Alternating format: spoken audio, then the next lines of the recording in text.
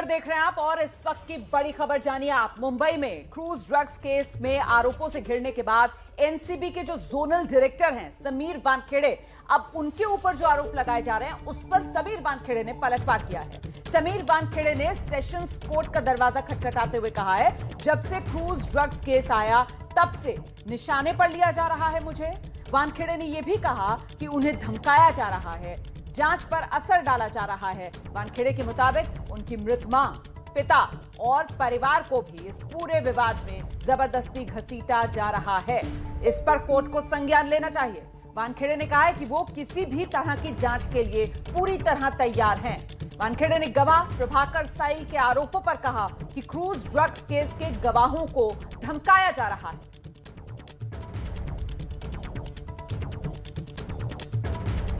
तो बड़ी खबर इस समय की यही, सेशंस कोर्ट में जो बड़ी खबर आ रही है वो आपको बता दें। सेशंस कोर्ट में समीर वानखेड़े के बयान पर सूरज ओझा हमारे साथ जुड़ रहे हैं और नवाब मलिक के आरोपों पर रौनक कुकड़े हमारे साथ मौजूद हैं। मैं रुक करना चाहूंगी सूरज ओझा, पहले आपका। सेशंस कोर्ट में जिस तरीके से आर्यन खान को बेल नहीं मिली और अब ये एक नया विवाद खड़ा हो गया है कि जो पंच बनाए गए थे, 2 पंच जो इस पूरे मामले के बनाए गए थे, जिनके सामने ये दिखाया गया कि रेड हुई और किस तरीके से बरामदगी हुई, उसी में से एक पंच विरोध में चला गया है समीर वानखेड़े के। कहा जा रहा है कि ब्लैंक पेपर्स पे साइन कराए गए, तो कहीं ना कहीं ये केस पूरा कमजोर हो गया। और आज क्या होने वाला है सेशंस कोर्ट में?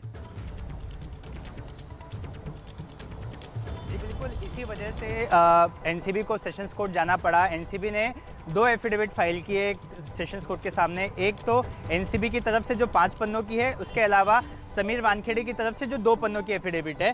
दोनों में जिसमें समीर वानखेड़े की एफिडेविट है उसमें उन्होंने कहा कि उन्हें कोई एक पॉलिटिशियन है जो ज़बरदस्ती उन्हें पर्सनल टारगेट कर रहा है, उनके घर वालों को घसीटा जा रहा है, उनकी डेड मदर को इसमें इन्वॉल्व किया जा रहा है, उनके पिताजी को इन्वॉल्व किया जा रहा है, उनकी पर्सनल लाइफ को इन्वॉल्व की जा रही है और उनकी इंटीग्रिटी पे सवाल उठाए जा रहे हैं। इसी के साथ साथ जो एनसीबी ने अपनी एफिडेविट दायर की उसमें जो पंच था, जिस पंच ने एफिडेविट कल सबके सामने आया था, उस एफिडेविट को पूरा झूठा बताया, फर्जी बताया और साथ ही ये कहा कि आप सीक्वेंस ऑफ इवेंट समझिए, ये पूरी घटना 2 और 3 तारीख की है, लेकिन अब जाकर ये बंदा, ये जो शख्स है ये बाहर आ रहा है और इस तरह की एफिडेविट दे रहा है। इससे ही आप समझ सकते हैं कि ये किस तरह की इंटेंशन से सामने आ रहा है और इसी वजह से इनकी जो केस है इस पे इसका असर पड़ रहा है। साथ ही इन एफिडेविट का संज्ञान लेने के लिए कोर्ट से आग्रह किया गया है कि कोर्ट इसका संज्ञान ले। संज्ञान लेने के बाद जो इस तरह की एफिडेविट फाइल की जा रही है इस पर कोर्ट किसी तरह का एक आदेश पास करे, ताकि भविष्य में कुछ ऐसी चीजें ना हो जिस वजह से ये जो केसेस हैं, जैसे 94/21 क्रूज ड्रग्स केस का सीआर नंबर है,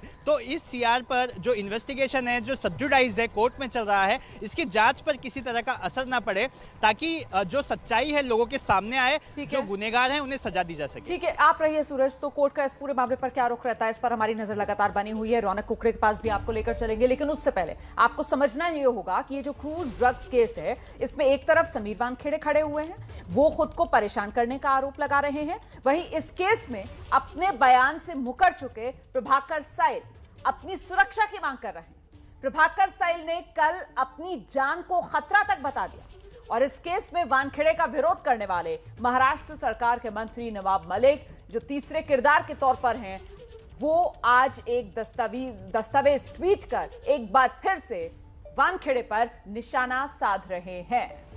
सीधे रौनक कुकड़े के पास आपको लेकर चलते हैं। रौनक, एनसीबी समीर वानखेड़े की तरफ से अदालत का दरवाजा खटखटा दिया गया है, बावजूद इसके नवाब मलिक आरोप लगाने से बाज नहीं आ रहे हैं, नए आरोपों के साथ तैयार।